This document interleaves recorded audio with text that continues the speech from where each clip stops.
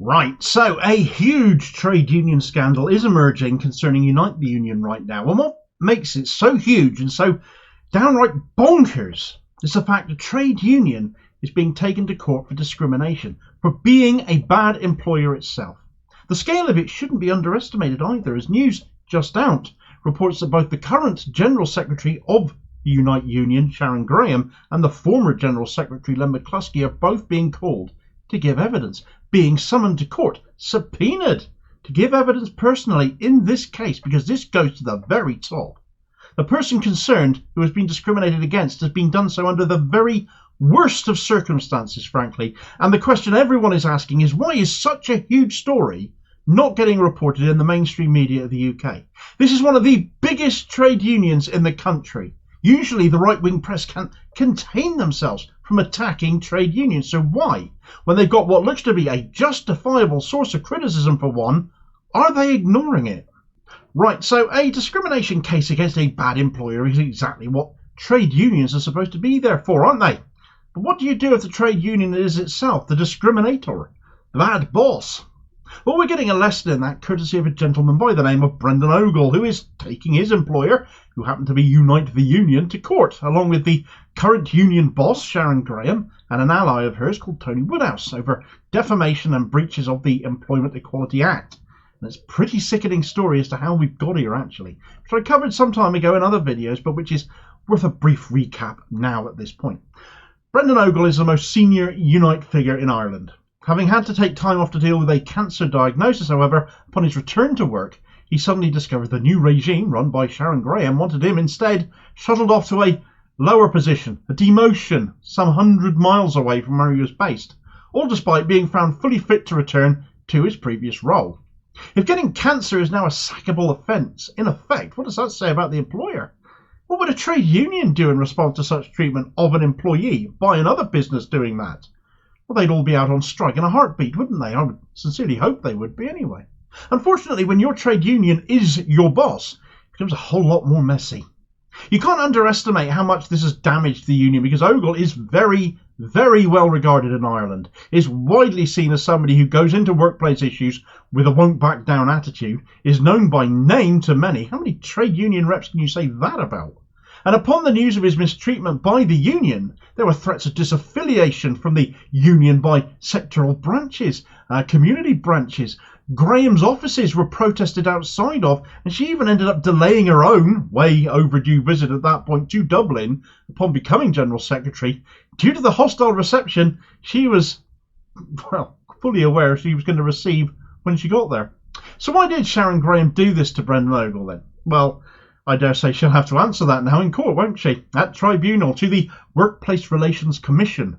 And I'll be very interested in what she has to say. It seems a real shame the mainstream media are not, though. And isn't that unusual? They were falling all over themselves to attack unions during our summer of strikes, weren't they? From the railways to the NHS, the trade unions were to blame for everything going wrong. Delays to our jobs, can't get to work. Oh, it's the union's fault. Starmer's Labour refusing to join the pickets, the Tories were rolled out to attack the unions, to hilarious consequences all too often if they happened to be unlucky enough to be on a panel featuring the likes of Mick Lynch, whose body count of politicians, thanks to truth-laden caustic responses he had become infamous for in response to whatever drivel they happened to put out themselves. You didn't see much of Sharon Graham doing the rounds though, did you? Perhaps some trade union bosses are more of a target for our media than others, or are more willing to engage with them, much like our politicians, I suppose. His friendliness to the pro-establishment ones and the venom and holding to account is for those who threaten change from that established order. If Graham is the sort to sack people for getting ill, she's not exactly inviting establishment ire, and so presumably now that Red Len McCluskey is gone, the lefty, the socialist, the firebrand, Unite is in safer hands for them rather than for us. So this treatment of Brendan Ogle seems synonymous with how the union would treat any of us if we worked for them, and begs the question of how the union would act in the interests of members at this point as well, particularly in the likelihood of an incoming Starmer-led government, a person Sharon Graham is being viewed as becoming closer and closer to. If the most senior Unite official in the whole of Ireland isn't even safe from discrimination, how can any of us be? And when it is happening effectively on the quiet as the media ignore it, that question seems doubly relevant. Graham's reasons, until she chooses to tell us what they are a matter of conjecture. However, there's a few reasons why Graham might not be happy with Ogle. He didn't support her General Secretary campaign for one, which she doesn't like, but a more intrinsic reason is that Ogle was a whistleblower. He blew the whistle upon his return from cancer treatment, supposed protected disclosures, allowed to make them, shouldn't be able to be punished for them, and these were in connection to Unite's adherence to COVID protocols during the pandemic. So I doubt Graham will be admitting to this, but it is this that Ogle claims to be the reason for his dismissal, so questions will be heading Sharon Graham's way on this, I am very sure. At any rate, the legal action began yesterday in a suit that was expected to last for 8 days, but has now been adjourned until February, where Graham and McCluskey will give evidence. And speaking of evidence, seems to be every reason for Graham to be nervous, it would appear, given that she overlooked the union's retained law firm in this particular case, a firm called Turner Hamilton, in favour of using the far more expensive, self-proclaimed world's largest law firm, Denton's, a company which declares annual profits of some $3 billion a year. One Unite figure at the time that news came out back in September of this year said of that, Turners are Unite's solicitor in Dublin on every legal action and have been since ATGWU days.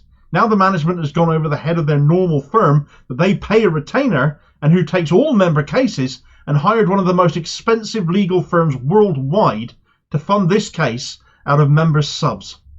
So the firm that all Irish Unite members get allocated isn't good enough for Sharon Graham in this defamation suit. And for reference, the ATGWU became Unite all the way back in 2007.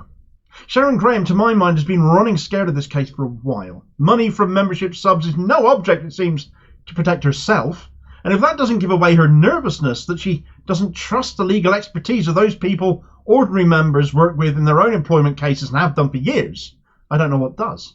We have the boss of one of the UK and Ireland's largest trade unions potentially directly implicated, certainly being called to testify, and the mainstream media here in the UK, the same can't be said in Ireland, their papers and the like are covering this, seemingly don't see this as important enough to warrant a column or two.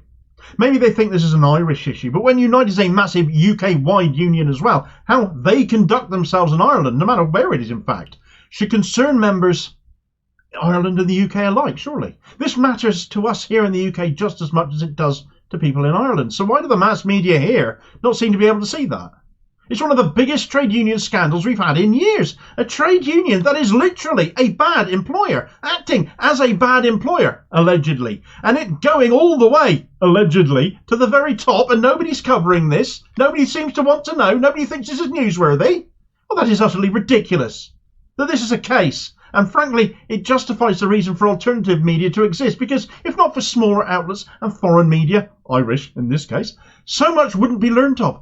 So support your local media, your independent and your alternative medias, and stick this story under the nose of those mainstream journalists who spend all their days opining on social media, and ask them why such a huge story is getting sat on by them. They can't possibly not know about it, in my view. Solidarity to Brendan and all supporting him right now. Thanks for watching. I hope you found this video useful. Please like, share and subscribe if you did. More content out daily. Please do have your say on this story in the comments below and be part of the conversation. Meanwhile, here's a video recommendation where that announcement that Sharon Graham was switching to a very expensive global law firm for herself, well, that went down like a cup of cold cig, as I'm sure you can imagine, and I'll hopefully catch you on the next vid. Cheers, folks.